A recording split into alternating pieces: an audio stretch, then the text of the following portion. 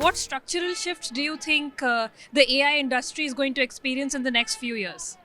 So I think the main shift is actually about this passage from the economy where the software engineering was the product, and where basically you could sell the SaaS, and the companies would basically stick to it and would be dependent on outside structures in order to conduct their economic process and link to software.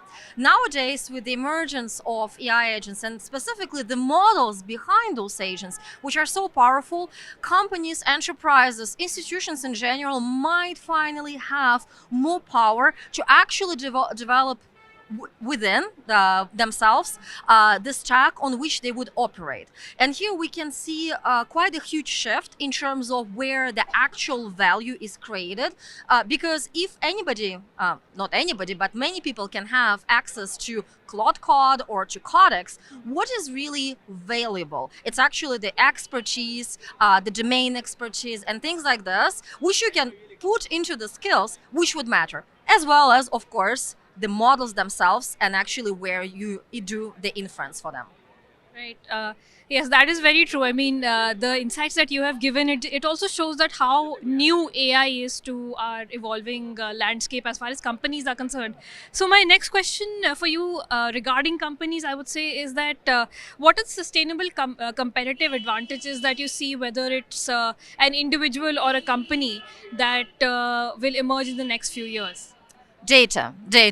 I mean, probably it's a little bit biased response because at Pleias we are really the player who has been building very specific domain adapted models through extensive data curation, right? But I do think that, and what we are seeing here in India, this renewed interest towards more multilingual data, more culturally oriented data, as well as in enterprise, we are seeing that never mind how these powerful models are, you actually need to have this domain expertise, which is sometimes not even tacit. Those are implicit knowledge which has probably sometimes never even been put into writing, right? So we actually need this expertise and this new data, which can only be produced first and foremost by human experts. So data and domain expertise. Right. When we talk about AI, I would say it's like introducing any new model. First, say 30 years ago, it was MS Excel or MS Word. There's always an apprehension towards adopting a newer technology. So, what misconceptions do companies have about artificial intelligence right now that is serving as a roadblock? Well, we have been through multiple misconceptions. I think something like a year ago, it was more about, okay, these models are a bit magical, right? So let's just plug them in and then it will go somehow very well. Now we do understand that in order for the real value creation, right? In order for your use case to have ROI, what you will need is to first restructure your processes and identify the processes that can actually benefit from automatization, right? So I think the biggest misconception is still that the technology alone, right, the AI per itself can actually create value, though it's actually the automation, and the automation has always required not only the renewal of governance but also the restructuration of processes, identification of value, right? And this is not going anywhere. And I think like once this misconception finally kind of goes away a little bit, and when we pay more attention to how we actually create value, I think this is where we'll see the real gains from AI introduced to the enterprise. Okay, lovely. Let's get into a little bit of detail. When we talk about AI, how do you see the balance evolving between proprietary models and open ecosystems in the future? Yeah, so I mean, we have seen this previous year in 2025 how open source caught up to the proprietary models, right? With Quan, with Kimi, almost all Chinese models, right? So we are seeing how open source has been able to really achieve this almost frontier level. However, the problem is that it's not only about models, it's about the whole tooling, the stack, and also the ability to make these models evolve and adapt for the enterprise, for the business context, right? And this is where I think that the ecosystem, the open source ecosystem, has been a little bit, let's say, in difficulty, right? Because the models are yet to be productivized in open source. We still need to have to do more in order for them to actually be as adaptable and as pluggable as what we have in the proprietary environments.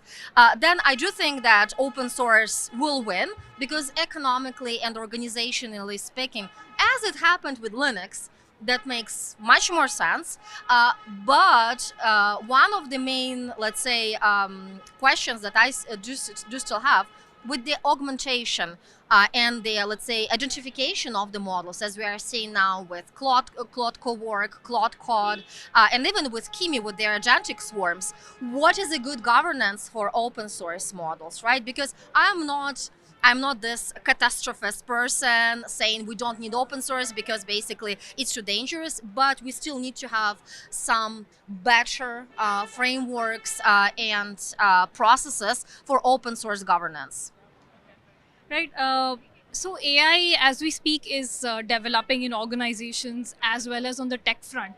So what bottlenecks do you see as far as AI adoption is concerned in the near future? Well, I think there are geopolitical and, let's say, physical world constraints, which are around compute, its availability, as well as memory availability, things like this, right? That we are hearing a lot about. And then I do think that there is a cultural and societal acceptance of this technology, because I kind of live in the bubble, right? So I am experiencing and using all of these tools every day for my work, and for I mean, in this bubble, it's quite obvious how powerful these tools already are. Outside of the bubble, I am still very much surprised by how little the public acknowledgement of what AI is right now, actually. And that actually, once we deploy the already existing tools in the economy at large scale, this will raise a lot of cultural and societal questions, because the automation, its possibility is already here, though I'm not really sure that, at least in the European societies, I'm from France, so this is what I know best, we are actually ready for this automation to be unleashed at the levels that the technology enables it to be. So I do think that, yes, physical world constraints, industrial ones, as well as societal and cultural ones, which are about all of us. How do we live through this new industrial revolution, and how we actually make this revolution to bring something good to the humanity and make us more advanced than before.